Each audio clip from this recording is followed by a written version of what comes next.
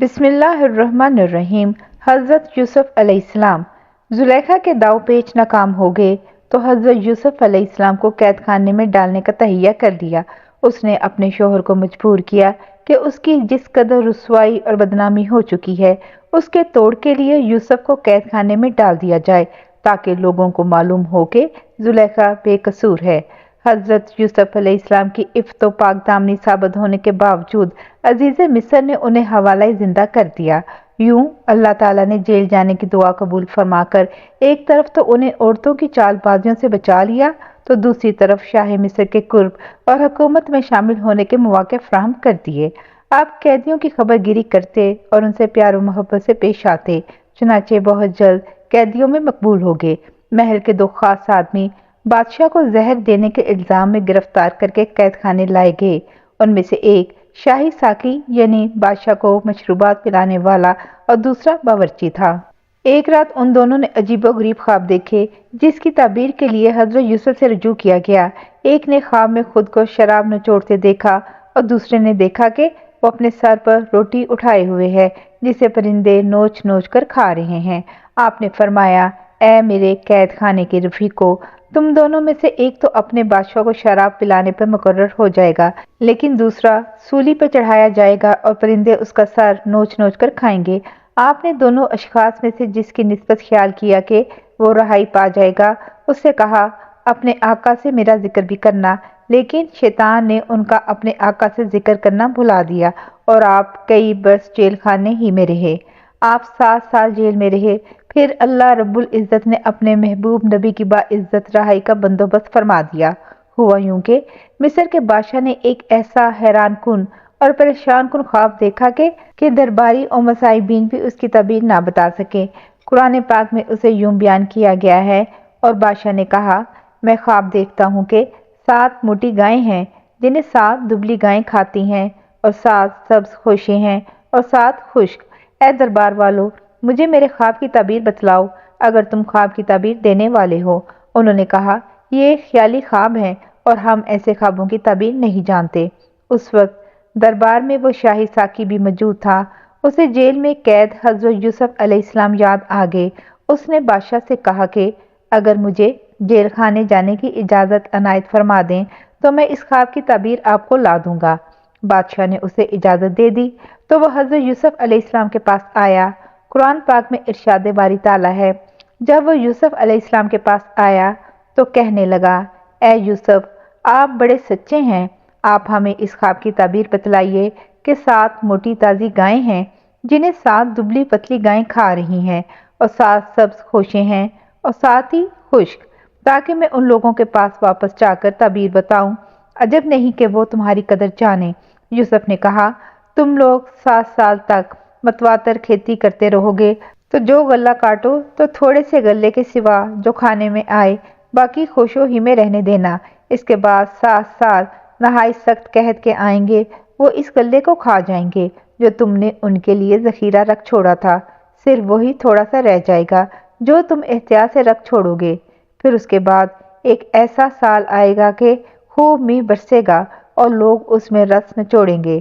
حضرت یوسف علیہ السلام نے نہ صرف خواب کی تعبیر بیان فرمائی بلکہ اناج کو کیڑے سے محفوظ رکھنے کے لیے ہمدردانہ مشورہ بھی دے دیا۔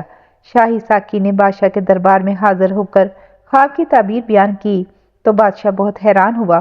اس نے حکم جاری کیا کہ تعبیر بتانے والے کو دربار میں پیش کیا جائے۔ قاصد فوری طور پر حضرت یوسف علیہ السلام کی خدمت میں حاضر ہوا اور دربار میں چلنے کی درخواست کی۔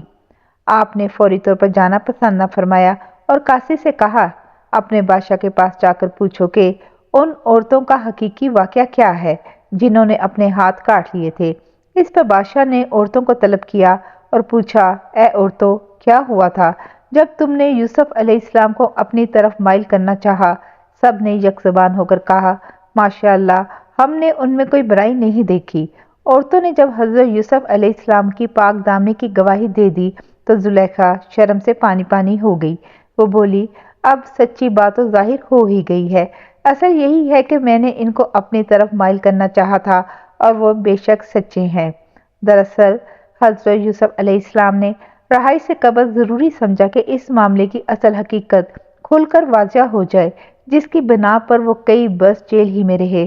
حضرت یوسف علیہ السلام کو دربار میں لایا گیا تو بادشاہ نے بڑا پرتپاک خیر مقدم کیا اور آپ سے خواب کی تمام تفصیلات اور ان کا حال دریافت کیا۔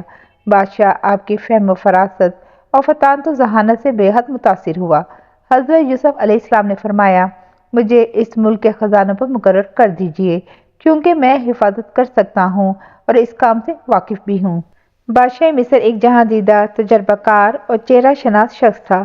اس نے آپ کو خزانے سمیت امور مملکت میں مختار کل بنا دیا۔ شاہ مصر کے خواب کے مطابق شروع کے 7 سال خوشحالی کے تھے۔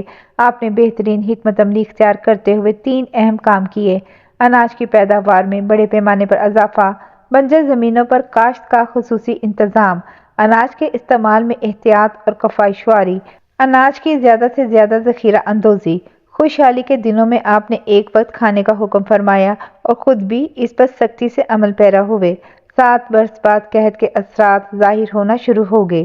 آپ نے عوام کو تاکید کر دی تھی کہ جس قدر ممکن ہو اپنے گھروں میں غلہ جمع کر لیں۔ 1 برس بعد آپ نے اعلان کروا دیا کہ اناج کی تقسیم صرف دربار شاہی سے ہوگی، لہذا لوگ اناج کے حصول کے لیے وہاں کا رخ کرنے لگے جہاں حضرت یوسف کی نگرانی میں اناج تقسیم کیا جاتا تھا۔ آپ نے غلے کی فروخت کا ایک خاص پیمانہ بنایا تھا، کسی کو بھی 1 اونٹ کے بوجھ سے زیادہ غلہ نہیں ملتا تھا۔ قحط نے مصر کے علاوہ شام اور فلسطین سمیت پورے خطے کو اپنی لپیٹ میں لے لیا تھا۔ اس کے ساتھ ہی حضرت یوسف علیہ السلام کی فیاضی اور رحم دلی کی شہرت بھی دور دور تک پھیل چکی تھی۔ لوگ جوک در جوک آتے اور اناج خرید کر چلے جاتے۔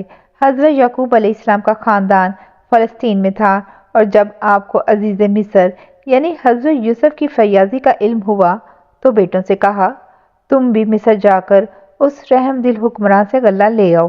بنیامین کے علاوہ 10 بھائی شاہی دربار میں غلہ لینے پہنچ گئے، جہاں حضرت یوسف علیہ السلام شان و شوکت کے ساتھ جلوہ افروز تھے۔ بھائی تو انہیں نہ پہچان سکے، لیکن انہوں نے اپنے بھائیوں کو پہچان لیا۔ حضرت یوسف علیہ السلام 7 برس کی عمر میں ان سے جدا ہوئے تھے اور اب 40 سال کے ہو چکے تھے۔ آپ نے مزید اطمینان کے لیے ان سے سوالات کیے اور فرمایا، تم مصری معلوم نہیں ہوتے، تمہاری زبان بھی عبرانی ہے، کہیں کسی دشمن ملک کے جاسوس تو نہیں ہو؟ ان سوالات کا مقصد یہ تھا کہ وہ اپنے حالات کے بارے میں سب کچھ بتا دیں۔ سوتیلے بھائیوں میں سے ایک نے بتایا کہ وہ نبی زادے ہیں اور حضرت یعقوب علیہ السلام کی اولاد ہیں۔ ہم 12 بھائی تھے، ایک بھائی کو بچپن میں بھیڑیا کھا گیا، جس کے غم میں ہمارے والد نابینا ہو چکے ہیں۔ ایک چھوٹا بھائی ہے جسے والد کی دیکھ بھال کے لیے چھوڑ آئے ہیں۔ حضرت یوسف علیہ السلام نے انہیں شاہی مہمان خانے میں رکھا، جاتے ہوئے پورا اناج دیا اور کہا، آئندہ اپنے چھوٹے بھائی کو بھی ساتھ لانا، اگر تم اسے لے کر نہیں آئے تو غلہ نہ ملے گا اور نہ خاطر مدارت ہوگی۔ اس کے ساتھ ہی آپ علیہ السلام نے خفیہ طور پر ان کی اناج کی رقم بھی ان کی بوریوں میں رکھوا دی۔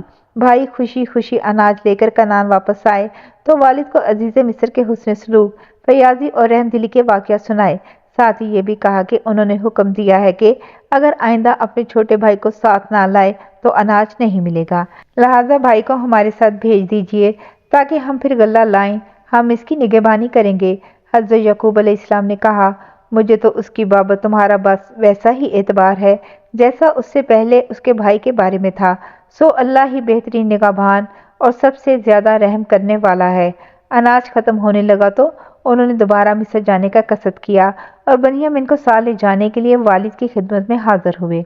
حضرت یعقوب علیہ السلام سابقہ تجربے کی بنا پر بنیامین کو ساتھ بھیجنے پر آمادہ نہ تھے، لہٰذا انہوں نے کہا کہ میں تو اسے ہرگز تمہارے ساتھ نہیں بھیجوں گا جب تک کہ تم اللہ کو بیچ میں ڈال کر مجھے قول و اقرار نہ دو کہ اسے میرے پاس صحیح سالم لے آؤ گے، سوائے اس ایک صورت کے کہ تم سب گرفتار کر لیے جاؤ، یعنی تمہیں کوئی اجتماعی مصیبت پیش آ جائے یا تم سب ہلاک ہو جاؤ۔ جب انہوں نے عہد کر لیا تو حضرت یعقوب علیہ السلام نے انہیں ہدایت کی، اے میرے بیٹو، تم سب ایک ہی دروازے سے داخل نہ ہونا بلکہ جدا جدا دروازوں سے داخل ہونا، اور میں اللہ کی تقدیر کو تم سے نہیں روک سکتا، بے شک حکم اسی کا ہے، میں اسی پر بھروسہ رکھتا ہوں اور اہل توکل کو اسی پر بھروسہ رکھنا چاہیے۔ یہ 11 تندرست و توانا اور جوان بھائی تھے، لہذا ان سب کے ایک ہی دروازے سے داخل ہونے کی صورت میں نظر بد کا احتمال تھا۔ اسی لیے حضرت یعقوب علیہ السلام نے انہیں الگ الگ دروازوں سے داخل ہونے کا حکم دیا۔ نبی کریم صلی اللہ علیہ وسلم کا ارشاد ہے، نظر کا لگ جانا حق ہے۔ آپ صلی اللہ علیہ وسلم نے نظر بد سے بچنے کے لیے دعائیہ کلمات بھی بتلائے۔ مثلاً فرمایا کہ جب تمہیں کوئی چیز اچھی لگے تو بارک اللہ کہو۔ سورۃ فلق اور سورۃ ناس کو نظر بد کے لیے بطور دم پڑھنا چاہیے۔ اسی طرح ماشاء اللہ لا قوت الا باللہ پڑھنا قرآن پاک سے ثابت ہے۔ یہ سب بھائی بنیامین کو ساتھ لے کر عزیز مصر کے دربار میں پہنچ گئے۔ حضرت یوسف علیہ السلام نے اپنے بھائی کو پہچان لیا۔ آپ نے دو دو بھائیوں کو ایک کمرے میں ٹھہرایا۔ اس طرح بنیامین تنہا رہ گئے تو انہیں الگ کمرے میں رکھا اور پھر خلوت میں انہیں بتا دیا کہ وہ ان کے حقیقی بھائی یوسف علیہ السلام ہیں۔ حضرت یوسف نے بنیامین سمیت سب بھائیوں کا اناج ان کے اونٹوں پر لدوا دیا اور وہ خوشی خوشی روانہ ہو گئے۔ قرآن پاک میں ہے، پھر جب انہیں ان کا سامان ٹھیک ٹھیک کر کے دیا تو اپنے بھائی کے سامان میں پانی پینے کا پیالہ رکھ دیا۔ پھر ایک آواز دینے والے نے پکار کر کہا، اے قافلے والو، تم لوگ تو چور ہو۔ وہ ان کی طرف متوجہ ہو کر کہنے لگے، تمہاری کیا چیز چوری ہوئی ہے؟ وہ بولا، بادشاہ کا پیالہ کھویا ہے اور جو شخص اس کو لے آئے اس کے لیے ایک اونٹ کے بوجھ کا غلہ انعام ملے گا اور میں اس کا ضامن ہوں۔ وہ کہنے لگے کہ اللہ کی قسم، تم کو معلوم ہے کہ ہم اس ملک میں اس لیے نہیں آئے کہ خرابی کریں اور نہ ہم چور ہیں۔ انہوں نے کہا، اچھا، اگر تمہارے سامان میں وہ پیالہ مل گیا تو پھر اس کی سزا کیا ہوگی؟ بھائیوں نے جواب دیا، یعقوب علیہ السلام کی شریعت میں اس کی سزا یہی ہے کہ چور کو اس شخص کے سپرد کر دیا جاتا ہے۔ سب کو ماس سامان حضرت یوسف علیہ السلام کی خدمت میں پیش کیا گیا۔ وہاں سب بھائیوں کے سامان کی تلاشی ہوئی اور آخر میں بنیامین کے سامان کی تلاشی کے دوران وہ پیالہ ان کے سامان سے برآمد ہو گیا۔ جرم ثابت ہونے پر بنیامین کو جانے کی اجازت نہیں ملی۔ یہ صورتحال ان بھائیوں کے لیے نہایت حیران اور پریشان کن تھی۔ انہوں نے کہا، اگر اس نے چوری کی تو کوئی تعجب کی بات نہیں، اس کا بھائی بھی پہلے چوری کر چکا ہے۔ دراصل حضرت یوسف علیہ السلام کی پرورش ان کی پھوپھی کیا کرتی تھی، جو انہیں بہت چاہتی تھیں۔ جب آپ ذرا بڑے ہوئے تو حضرت یعقوب علیہ السلام نے انہیں لینا چاہا۔ پھوپھی انہیں روکنا چاہتی تھی، اس لیے ان کی کمر میں ایک پٹکا کپڑوں کے اندر باندھ کر مشہور کر دیا کہ پٹکا گم ہو گیا ہے، اور سب کی تلاشی لی تو وہ ان کی کمر سے بندھا نکلا۔ لہٰذا اس شریعت کے قانون کے مطابق انہیں پھوپھی کے پاس رہنا پڑا یہاں تک کہ انہوں نے وفات پائی۔ تو پھر حضرت یوسف علیہ السلام اپنے والد کے پاس آ گئے۔ بھائیوں کو فکر تھی کہ والد کو کیا جواب دیں گے۔ انہوں نے حضرت یوسف علیہ السلام سے درخواست کی، بنیامین کے والد بہت بوڑھے ہیں، اس کی جگہ آپ ہم میں سے کسی کو روک لیں۔ حضرت یوسف علیہ السلام نے فرمایا، یہ ممکن نہیں، جس کے سامان سے مال برآمد ہوا ہے وہی سزا کا مستحق ہے۔ بڑے بھائی مایوس ہوئے اور آپس میں بیٹھ کر مشورہ کرنے لگے۔ سب سے بڑے بھائی نے کہا کہ کیا تمہیں یاد نہیں کہ اپنے والد سے بنیامین کو واپس لانے کا پختہ عہد کیا تھا؟ ہم سب اس سے پہلے یوسف کے معاملے میں بھی کوتاہی کر چکے ہیں، تو جب تک والد صاحب مجھے حکم نہ دیں میں تو اس جگہ سے ہلنے کا نہیں۔ یہ بڑا بھائی یہودا تھا۔ باقی 9 بھائی مصر سے روانہ ہوئے اور کنعان پہنچ کر والد کو ساری صورتحال سے آگاہ کیا۔ ساتھ ہی اپنی صفائی بیان کرتے ہوئے گویا ہوئے، اگر آپ کو ہماری باتوں کا یقین نہیں تو آپ اس بستی کے لوگوں سے پوچھ لیں جہاں ہم مقیم تھے۔ حضرت یعقوب علیہ السلام نے فرمایا، میں تو اپنی پریشانی اور رنج و غم کی فریاد اپنے اللہ ہی سے کر رہا ہوں۔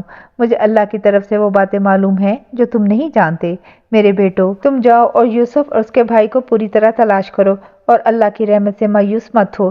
بے شک اللہ کی رحمت سے نا امید وہی ہوتے ہیں جو کافر ہیں۔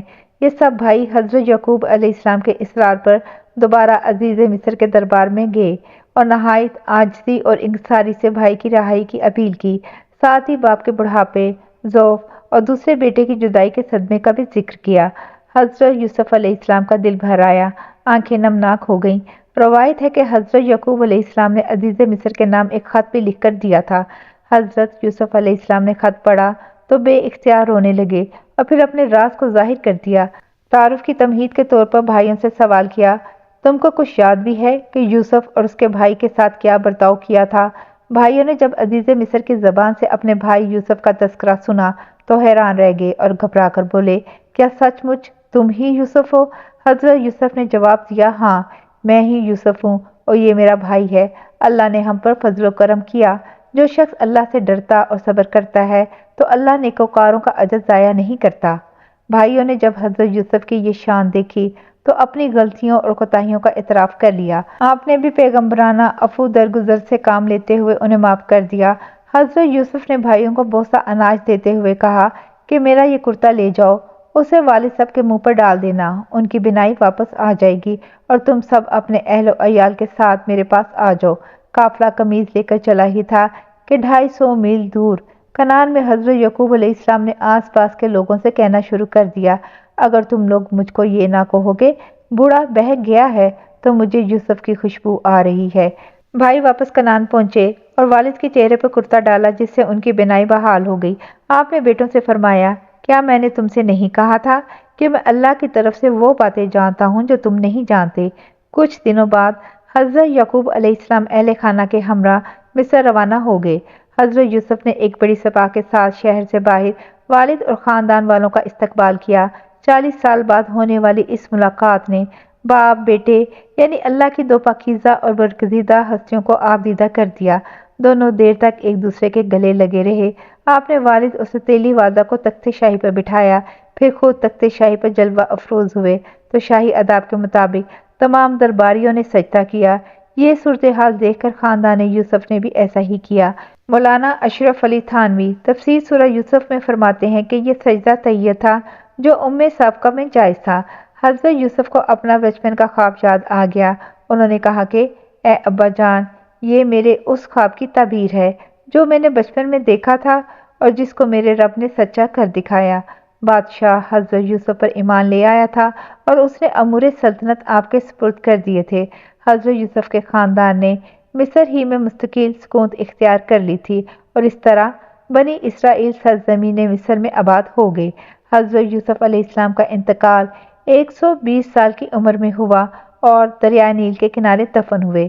روایت ہے کہ اللہ تعالیٰ نے حضرت موسیٰ علیہ السلام کو مصر چھوڑنے کا حکم دیتے ہوئے حضرت یوسف علیہ السلام کی میت بھی اپنے ساتھ لے جانے کی ہدایت کی، جس پر وہ ان کا تابوت فلسطین لے گئے اور حضرت اسحاق اور حضرت یعقوب علیہ السلام کے برابر دفن کر دیا۔ جزاک اللہ خیر۔